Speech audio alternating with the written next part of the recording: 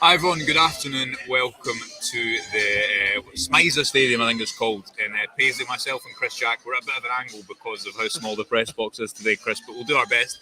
We're going to talk through the Rangers team to face St Mirren today. It's quite windy, as you can see by the camera there.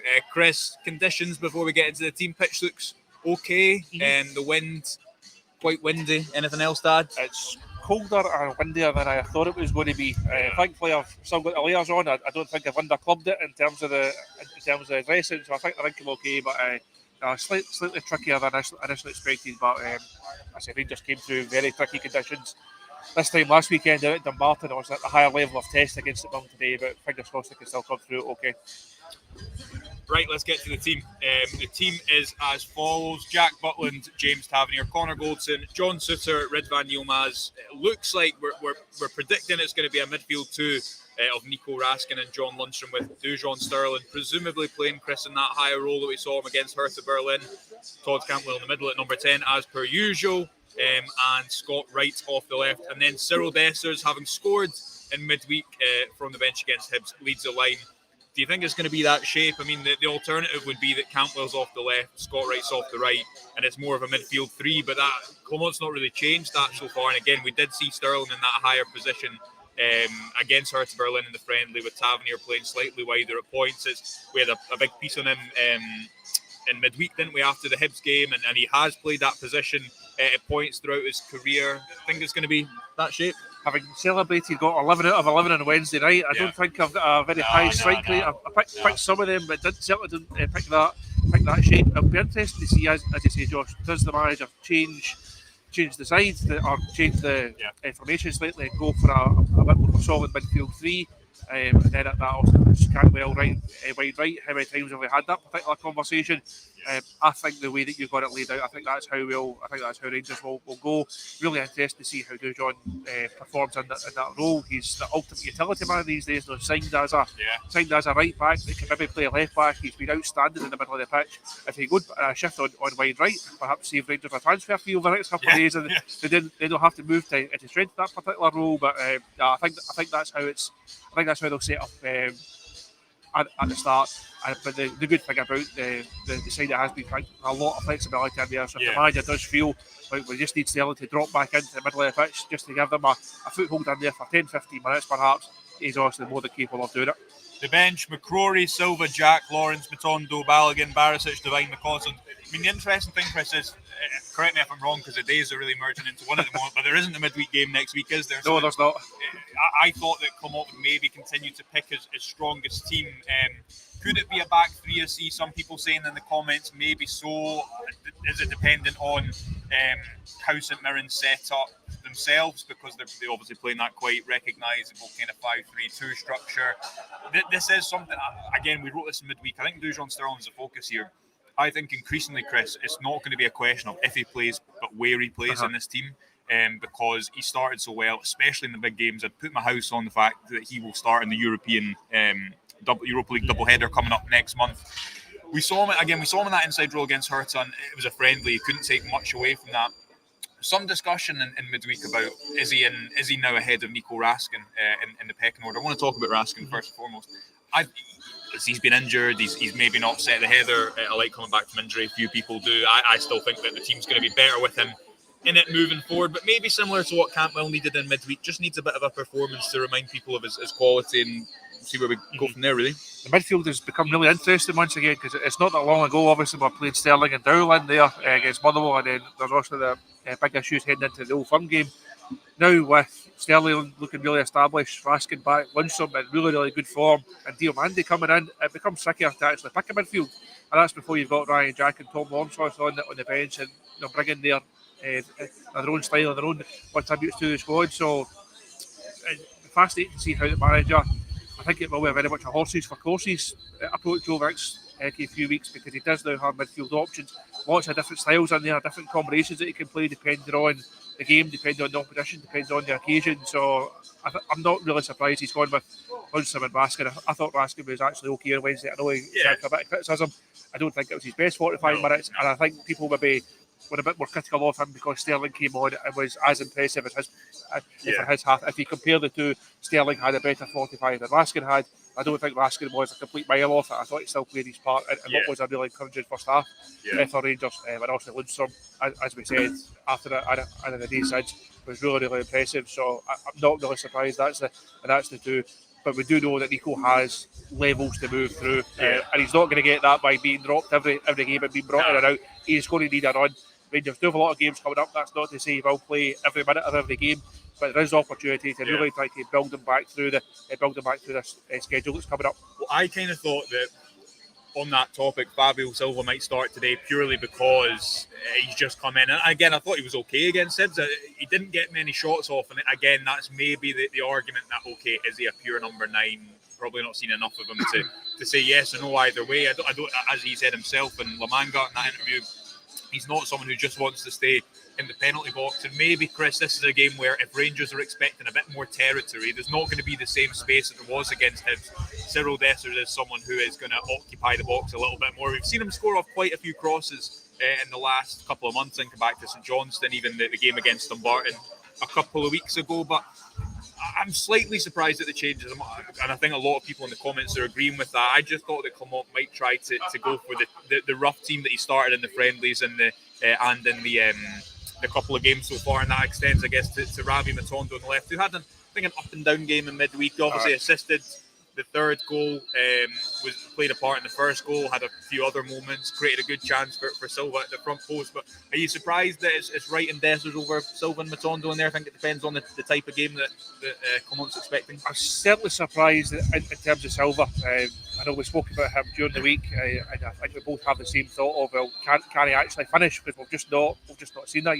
I'd really like to see him get a couple of chances in around the 18-yard box to see how quickly he gets his shots off. Does he try and shift it? Does he put your laces through them? Does he try and place them? I'm interested to see what type of finisher he actually is, because we just don't really know yet.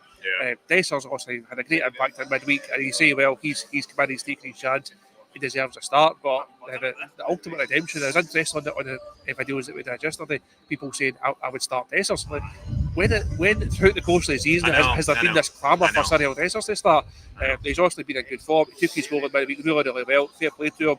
But I'm still surprised he gets the run, because I think we really need to see more of Silva. As you say, Josh, with no midweek game next week, it's not as if you're resting him. If it be this time next weekend, you've got the Aberdeen game on the Tuesday at Ibrox, and maybe play Dessers on the weekend, and then you then bring Silva back in.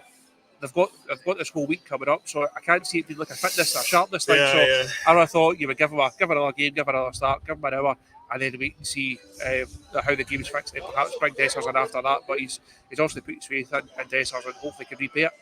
But I think that this extends to the counterpoint to that is that I think Dujon Sterling also deserves a start. I know I'm going to the other side of the pitch here, and I guess that extends to John Suter, who I think hasn't had a great season so far. At the end of last season, it kind of felt like, okay, he's starting to show after his injury issues, and he's been fit basically all year, and starting to show what he's about.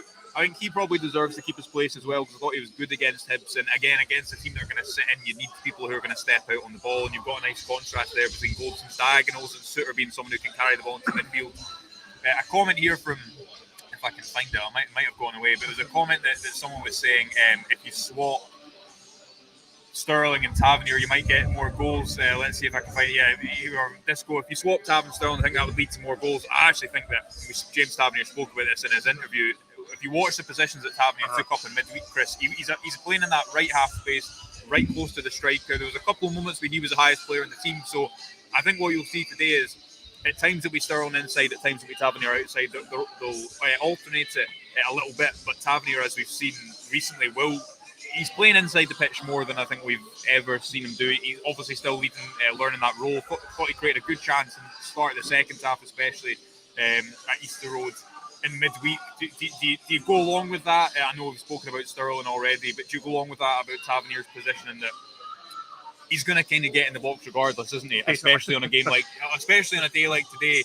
And I think he continues to be one of Rangers' most important attacking outlets, doesn't he? I think as James outlined in an interview that you did with him out in Lamanga, where you talked through his goals, so much the focus on that was being able to almost like ghost in. People don't know that he's there, because he started at right back. an opposition fullback doesn't really know when do you go tight to or when do you give him a bit of space. And 9 times out of 10 he pops up at the back post, and we know how often he's finished in that area of the park. A number of the goals they spoke to you about, it was that type of finish. It was timing the run. It's been the right place at the right time. He's got that knack. He's got that instinct, and he's honed that over the years by making those runs from deeper in the pitch.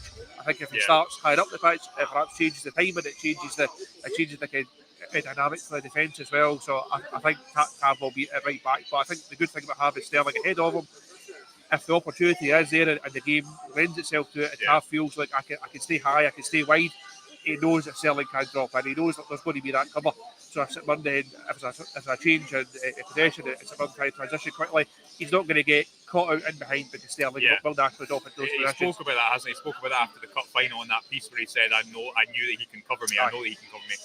Just finally, Chris, before we wrap up, Ridvan, the left back discussion continues at haste after yesterday, and that's a situation that's obviously fast materialising. On Jeff Day, you tweeted out yesterday that they believe the interest to be legitimate. Ridvan Yilmaz is in the best vein of his Rangers career so far. He's finally got a run of games, finally put it together.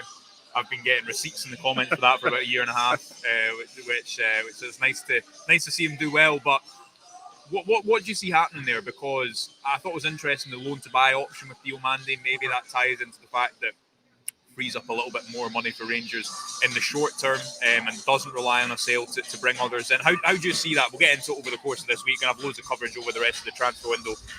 How do you see that left back position developing? Because as I say, at the moment, if Ridvan were to leave, it would kind of feel like we were only just getting to know you, wouldn't it? Yeah. I've really almost changed my entire opinion on Ridvan. I've spent so much of his Rangers career writing them off and saying he's not worth the money, and I just didn't see it. But the last couple of weeks, he has been really impressive. He started to look like he could actually be a long-term success in that left back slot. So I've spent so long saying I didn't think he was, but he's certainly been very, very impressive in the last few weeks. He still looks like one of the best assets within the squad, though, if you're thinking of players that can move on to free up some cash. To try to then give the manager to reinvest. And I guess, Chris, the question on that would be, right, okay, you could maybe sell him for a certain amount of money just now, but how much can he be worth? If he goes and has a good Euros, if he continues to play well on the European stage, could the clubs then, if Rangers were to hypothetically sell him this window, could clubs then go and flip him for a huge profit in a couple of windows? And that's the question that the manager and Neil Spocker and the board will have to consider. It's like how much, say you get your $3.5 million or so back for Ridvan this month, and you then go and reinvest that in another area of the team. Is it speculating to accumulate in that sense, or in 18 months' time will we think actually we made a mistake because we sold it for $3.5 and he moves on for 10, 12, 15, whatever? That's the big handle for Rangers. He looks like a player now that there is value in, that there is improvement in, but it's whether Rangers can afford, both in terms financially and in football terms, to hold on to him when there is also other areas of the squad that do need a bit of investment right now. So he's become one of the stories of the transfer window, and certainly an unexpected one at that. So thanks for another week or so, and we will finally know what the future holds for him. Yeah, go on, Ridvan. I've been enjoying watching him play, so I hope he continues that today. Right, folks, we're going to leave it there because the wind is absolutely freezing. Enjoy the game wherever you're watching it. We'll have your instant analysis from the game. Stay up to date with us on Twitter.